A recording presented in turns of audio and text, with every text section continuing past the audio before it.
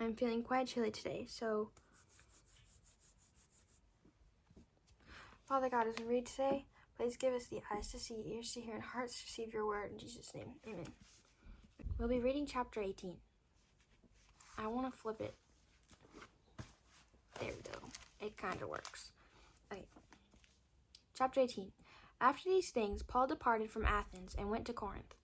And he found a certain Jew named Aquila, born in Pontus, who had recently come from Italy with his wife Priscilla, because Claudius had commanded all the Jews to depart from Rome. And he came to them. So because he was of the same trade, he stayed with them and worked.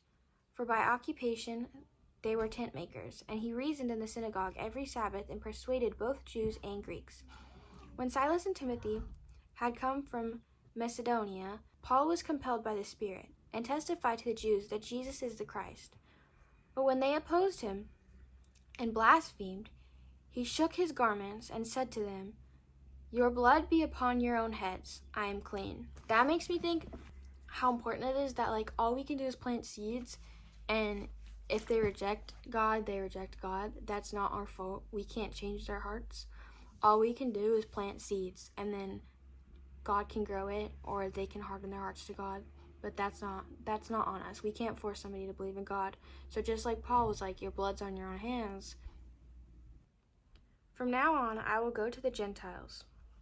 And he departed from there, and entered the house of a certain man named Justus, one who worshipped God, whose house was next door to the synagogue. Then Crispus, the ruler of the synagogue, believed on the Lord with all his household, and many of the Corinthians, hearing, believed and were baptized. There it is again. You don't just believe and you're saved. You believe and be baptized.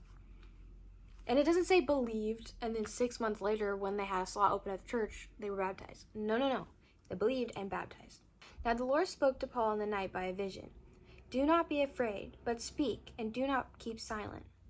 For I am with you, and no one will attack you to hurt you. For I have many people in this city." And he continued there 1 year and 6 months, teaching the word of God among them. When Gallio was proconsul of Achaia, the Jews with one accord rose up against Paul and brought him to the judgment seat, saying, "This fellow persuades men to worship God contrary to the law." And when Paul was about to open his mouth, Gallio said to the Jews, "If it were a matter of wrongdoing or wicked crimes, O Jews, there would be reason why I should bear with you. But if it is a question of words and names and your own law, look to it yourselves, for I do not want to be judged of such matters." And he drove them from the judgment seat. Then all the Greeks took Sosthenes, the ruler of the synagogue, and beat him before the judgment seat. But Gallio took no notice of these things. So Paul still remained a good while. Then he took leave of the brethren and sailed for Syria, and Priscilla and Aquila were with him. He had his hair cut off at Cenchrea, for he had taken a vow, and he came to Ephesus and left them there. But he himself entered the synagogue and reasoned with the Jews. When they asked him to stay a longer time with them, he did not consent, but took leave of them, saying, "I must by all means keep this coming feast in Jerusalem, but I will return again to you, God willing."